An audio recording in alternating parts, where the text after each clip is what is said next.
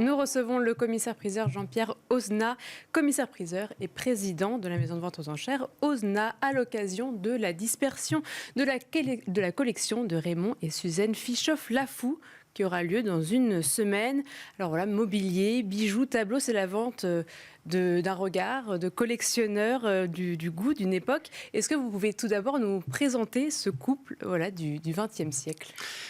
Oui, du XXe siècle, parce que Suzanne Fischoff est née en 1920. Elle est née à Melun. Et puis, à 18 ans, elle va devenir manucure à Paris. Elle est très jolie.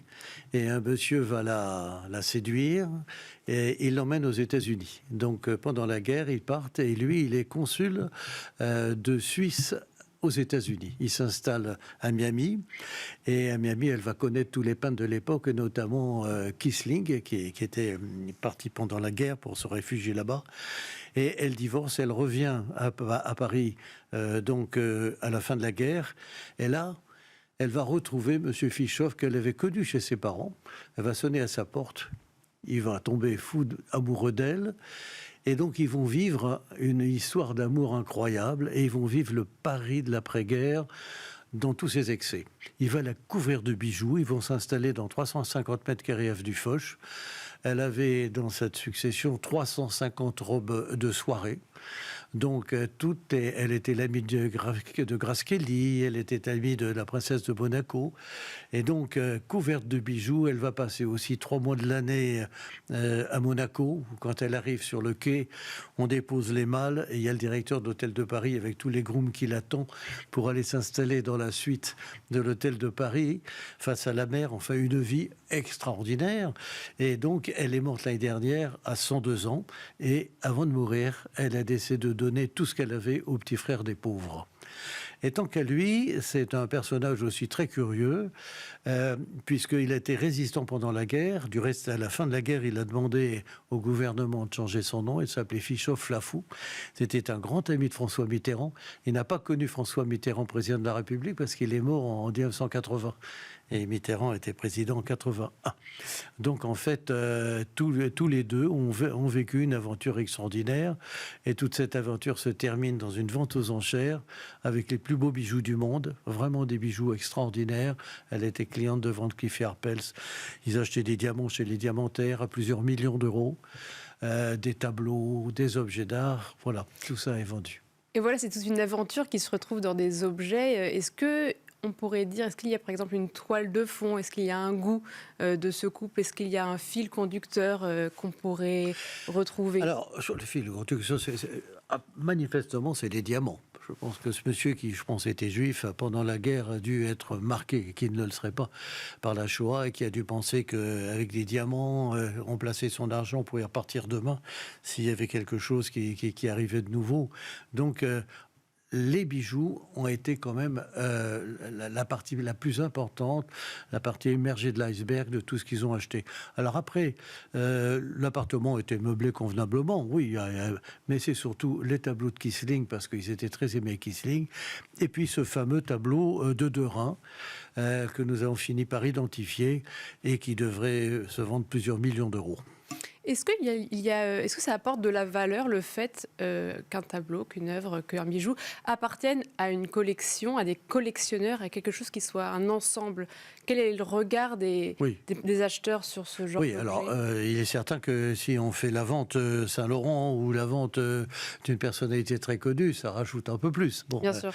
Alain Delon qui a vendu ces tableaux, je suis convaincu qu'il y a des gens qui ont acheté aussi le tableau d'Alain Delon. Bon, Monsieur Fischoff et Madame Fischoff n'étaient pas connus. On les a fait connaître là à l'intermédiaire de cette vente. Maintenant, son nom va devenir connu. Mais néanmoins, le fait qu'il y ait un seul vendeur dans une vente, et puis en plus tout est à vendre, sans prix de réserve, le fait que ce soit la même personne, la même main qui a tout acheté, c'est manifestement un plus. Et même en termes de provenance, c'est vrai que c'est un terme qu'on entend beaucoup en ce moment. C'est vrai que le fait qu'on sait vraiment qu'il y a une recherche derrière, que ça meuble un appartement, qu'il y a autant d'archives, etc., ça doit apporter beaucoup à une vente. j'imagine. Oui, alors, vous voyez, dans le catalogue que vous avez là, dans le catalogue où il y a énormément de photographies de cet appartement, vous avez aussi beaucoup de photos de Madame Fischoff avec ses bijoux qu'elle portait. Donc, le fait de vendre un collier de Van Cleef Arpels, mais d'avoir la photo elle-même au Loch de Caume en train de porter Voilà. dans les années 50-60, il n'y a pas doute que c'est un plus. Bien sûr. Parce que je me demandais si aujourd'hui, il n'y avait pas de plus en plus d'intérêt des acheteurs vers des œuvres qui ont un côté très émotionnel, vraiment qui ont été choisies avec beaucoup d'attention. C'est vrai que tous ces objets-là ont une histoire. Et je me demandais si c'était vraiment quelque chose qui attirait de plus en plus, de savoir que c'était vraiment qu'il y a un rêve en fait derrière tous ces objets. Oui, ben, cette histoire à elle-même, elle rajoute un petit plus à la vente parce que effectivement, tout ça leur appartenait à tous les deux.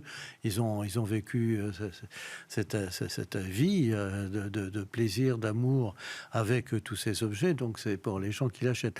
Bon, enfin. Vous savez, les objets ont une âme en eux-mêmes. Les objets d'art ne nous appartiennent pas. Nous ne sommes que locataires. Ils appartenaient à quelqu'un d'autre avant. Ils en appartiendront à quelqu'un d'autre après. Donc l'objet parle de lui-même. Donc le fait, par exemple, ce Derain, qu'il ait appartenu à M. Fischoff, est-ce que ça rajoute vraiment à la valeur de l'objet? Non. C'est surtout l'histoire du marché de l'art. Le fait que ce tableau est fauve, qui date de 1905, cette fameuse exposition fauve au Grand Palais, où un critique d'art qui s'appelle Voxel rentre dans l'exposition et voit tous ces tableaux très colorés, très vifs, et dit on rentre dans la cage aux fauves. Et c'était un scandale de l'époque, puisque le président de la République de l'époque, Émile Loubet, n'avait pas voulu faire le vernissage, tellement c'était scandaleux. Donc ces 2 ans, 1905-1906, c'est une période où les peintres lâchent la peinture complètement dans le tube, deviennent une période complètement vive dans la peinture en elle-même, et ça ne va pas durer. Et du reste, un tableau de Derain ou de Matisse ou de Vlaminck de ces époques-là vaut à peu près peut-être 100 fois le prix que vaut le même tableau peint 10 ans après, mais qui n'est plus fauve. Oui, donc tout ça, c'est vos recherches qui ont permis de découvrir tout ça, ou les Fischoff-Lafour savaient déjà l'histoire de ce tableau? Alors, je dois dire que nous avons beaucoup travaillé dessus et que notre expert a été extraordinaire parce que nous avons trouvé derrière c'est un petit tableau. Hein. Je vais vous le montrer, tiens, du reste.